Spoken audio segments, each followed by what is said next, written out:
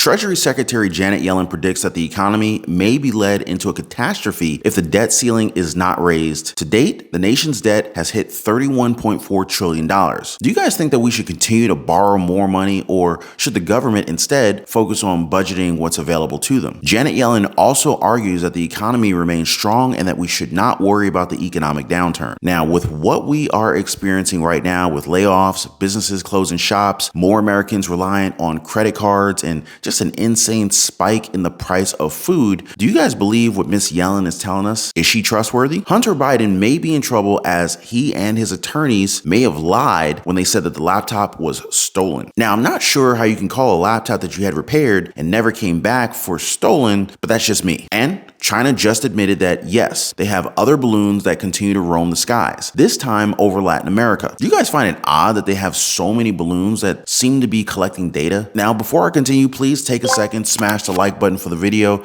Totally helps out with the YouTube algorithm. And if you're in need of your daily dose of the truth when it comes to what's happening around us, Social Security, the stock market, the housing market, SSI, SSDI, SNAP, EBT, and money-making opportunities, not to mention everything that's going on in Washington, D.C. that affects our lives, our families, and our bank accounts. Make sure to hit the subscribe button, guys. And if you own a home, make sure your home is protected. Get your free home warranty quote. There's a link in the description down below. It only takes like 15 seconds. Guys, let's talk about the big, huge elephant in the room. And this is a pretty big elephant, since this one was around 200 feet tall and weighed thousands of pounds. The Chinese spy balloon that was blown out of the sky by an F-22 fighter jet may possibly have carried explosives in it, with a top U.S. general saying that this could have been meant for self-destruction. The debris from the first balloon ended up scattered across an area that's around 15 football fields by 15 football fields, according to the Pentagon. That's a pretty big area. And that's right, guys, I purposely said first balloon, as China has just admitted to a second one that's floating over Latin America. Why is it up there? Well, according to their foreign ministry spokesperson, Mao Ning, the balloon, much like the first one, was of civilian nature and used for flight tests. 拉丁美洲上空的这个气球，经了解核实，有关的这个无人飞艇来自中国，属民用性质，用于飞行试验。 Mayo also added that the balloon was affected by the weather, and with limited self-steering capability, the airship deviated far from the planned course and entered into the airspace of Latin America and the Caribbean. Yeah.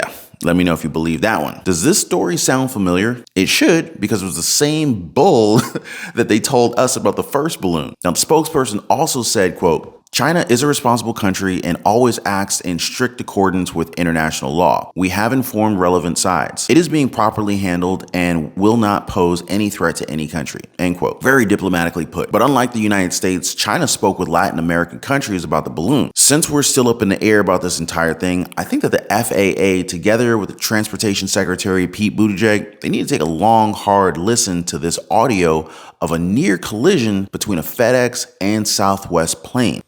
Southwest aboard. FedEx is on the go.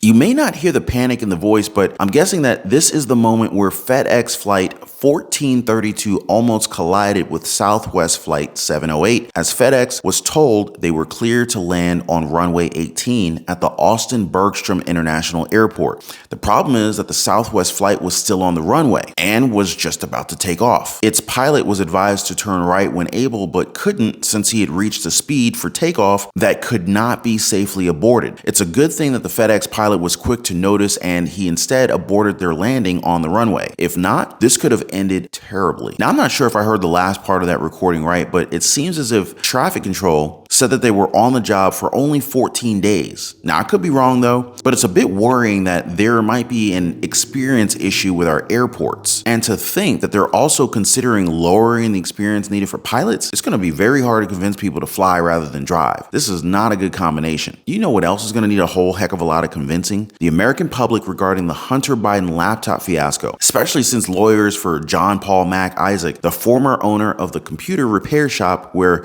the first son left his MacBook, have said that Hunter and his attorneys broke the law by using false information. Mac Isaac's attorney, Brian Della Rocca, said this recently about the issue. Quote, John Paul received Hunter Biden's consent to access his laptop when Hunter Biden signed off on the work authorization, while at the Mac shop on April 12, 2019, pursuant to that work order signed by Hunter when he failed to retrieve his laptop and the hard drive, which the data was recovered more than 90 days later. It became abandoned property so John Paul could dispose of it as he saw fit. John Paul determined that the best disposal of the laptop and hard drive would be to turn them over to the authorities. End quote. Okay, for an item to be considered abandoned, it had to be there for 90 days. So no, it doesn't seem to have been stolen at this point. It's really hard to argue who should be held accountable here. But what do you guys think? Should Hunter Biden now face the music of the laptop's contents since he's already admitted that it is his? Or should the computer repair shop owner be charged for theft? Now, while this next topic is not necessarily connected to theft, United States Treasury Secretary Janet Yellen is saying that our government risks a huge problem if the House fails to pass a bill to raise the debt ceiling. America has paid all of its bills on time since 1789, and not to do so would produce an economic and financial catastrophe. And every responsible member of Congress must agree to raise the debt ceiling. It's something that simply can't be negotiable. Just a thought here. She's talking about taking responsibility, right? I mean, we've already sent billions of dollars to Ukraine while we're worried about a debt ceiling. The omnibus bill was worth, what, $1.7 trillion? And they sent over $45 billion of that money overseas. Why are we now talking about this problem when it feels as if it was them who created this problem to begin with? I mean, we have people on Social Security, SSI, SSDI, retirement benefits, and all these other programs feeling unbelievably anxious. Yeah, they're anxious, especially about not receiving a check, yet still continue to spend as if money is infinite. Now, I don't know about this one, guys. Do you think that the spending that they've been doing is non-negotiable? It looks as if Americans are not impressed by the job numbers that President Biden continues to tout. As 62% of citizens, they're saying that they don't believe that Biden has achieved much during the first 2 years in office. It is also showing that many Democrats are not looking forward to him running in 2024 again. This cannot be good news for the White House. How do you guys feel about the president's performance so far? Are you looking forward to an encore of President Biden and the Biden administration? But while you guys are deciding on what to comment, let me tell you about the reality of our current situation. The economy isn't recovering anytime soon, and the life we had years ago is a distant memory at this point. But it doesn't have to be this way. Were you aware of how much help budgeting